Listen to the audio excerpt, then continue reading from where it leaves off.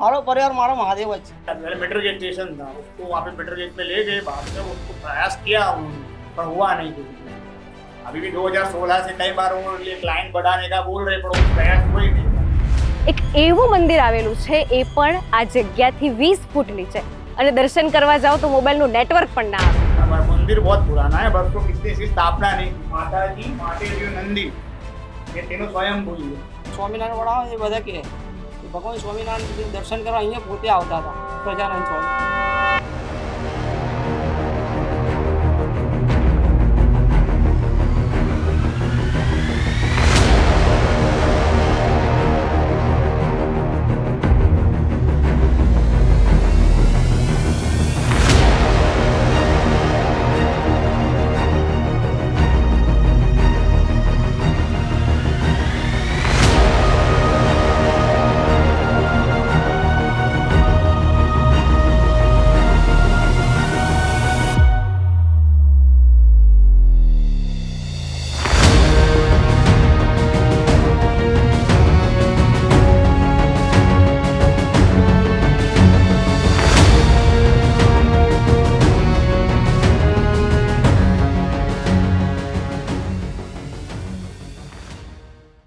હું જે જગ્યાએ ઊભી છું એ જોઈને તમને પણ નવાઈ લાગી હશે કે આજે રેલવે ટ્રેકની વચ્ચે આ બેન શું કરી રહ્યા છે।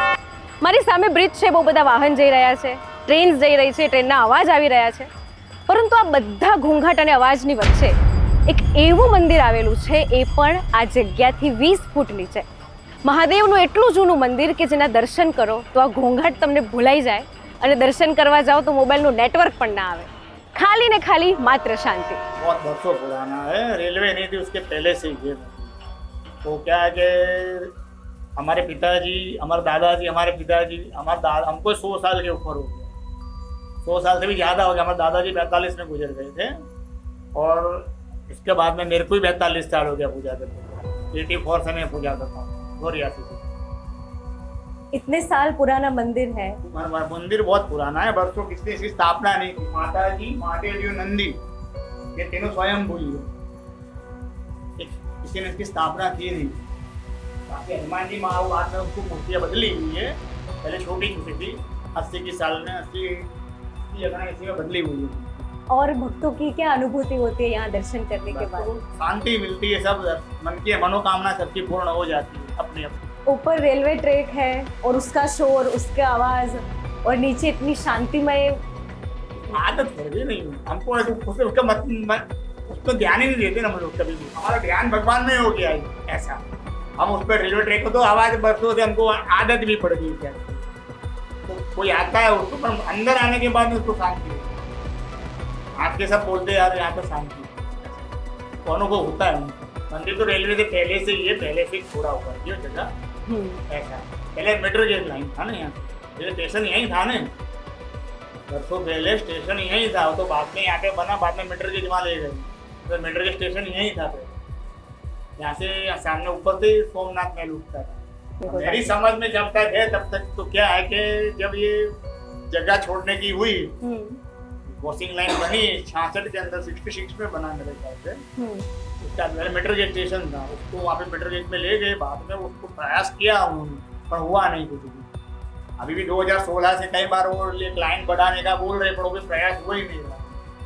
क्योंकि सबको भगवान से तो नहीं रहता है थोड़ा बहुत, इसके लिए वो रेलवे वालों जो ऑफिसर है बड़े बड़े पुराने, उनको सबको अनुभव है नहीं, वर्षों हो गए ना उनको भी नौकरी करते, आज तक कोई हादसा नहीं हुआ है। सरकार होगा, शिवरात्रि को भीड़ होती है, लाइन लग जाती है लंबी।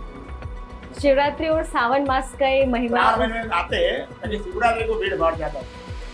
शिवरात्रि को क्या लाइन लगती है लंबी, बाकी 3 महीने में सोमवार को सब आते हैं। 3 महीने में કેવું લાગે મંદિરમાં દર્શન કરીને? મનની શાંતિ માટે આવવું પડે, મનની શાંતિ માટે આવવું પડે। અને ખાસ બહુ જૂનું મંદિર છે, લગભગ મારા હિસાબથી મારા જન્મ પહેલાંનું મંદિર છે, એટલે લગભગ 60 વર્ષ થઈ ગયા હોય છે મંદિરને, મારા મુતાબિક, અનુમાન મુતાબિક। શિવરાત્રિના દિવસે ભક્તોની બહુ ભીડ લાગે, બહુ લાઈન લાગે, અને આમ બહુ ભીડ સાથે બધા હર્ષ ઉલ્લાસ સાથે અહીંયા મંદિરમાં આવે દર્શન કરવા। માહોલ કેવો હોય શિવરાત્રીનો? અને ભક્તિભાઈ માહોલ હોય। તમે કીધું તમે નાના હતા ત્યારે આવતા હતા, ત્યારે તે વખતે કેવું થતું હતું અહીંયા? એ અલગ વસ્તુ હતી, અત્યારે લોકોને ટાઈમ નથી, બહુ ઓછો ટાઈમ છે લોકો પાસે, પણ મહાકાળના આયા સિવાય ત્યાં પૂર્ણ જ નથી થતું એવું છે. શિવ અને શક્તિ જોડે આવવું પડે. આ ગુપ્તેશ્વર મહાદેવમાં દર સોમવારે સદાવ્રત ચાલે છે અને સદાવ્રતમાં લગભગ 200 થી 250 લોકો જમે છે. કહેવાય છે કે અહીંયા અન્નપૂર્ણામાનું મંદિર છે, કોઈ દિવસ ધાન અન્ન જે છે તે ખૂટતું નથી. ભક્તો આવે છે, દર્શન પણ કરે છે અને માં અન્નપૂર્ણાના આશીર્વાદથી પ્રસાદ પણ લે છે. આ સાથે એવું પણ કહેવાય છે કે ગુપ્તેશ્વર મહાદેવના મંદિરે દર્શન કરવા એ જ આવી શકે કે જેને મહાદેવને બોલાવ્યા હોય. મારું નામ શંકર છે. કેટલા ટાઈમથી અહીંયા છો તમે? 7 વર્ષ થયા. 7 વર્ષ. 7 વર્ષ કેવું લાગે તમને અહીંયા રહીને? સરસ લાગે મને 7 વર્ષ.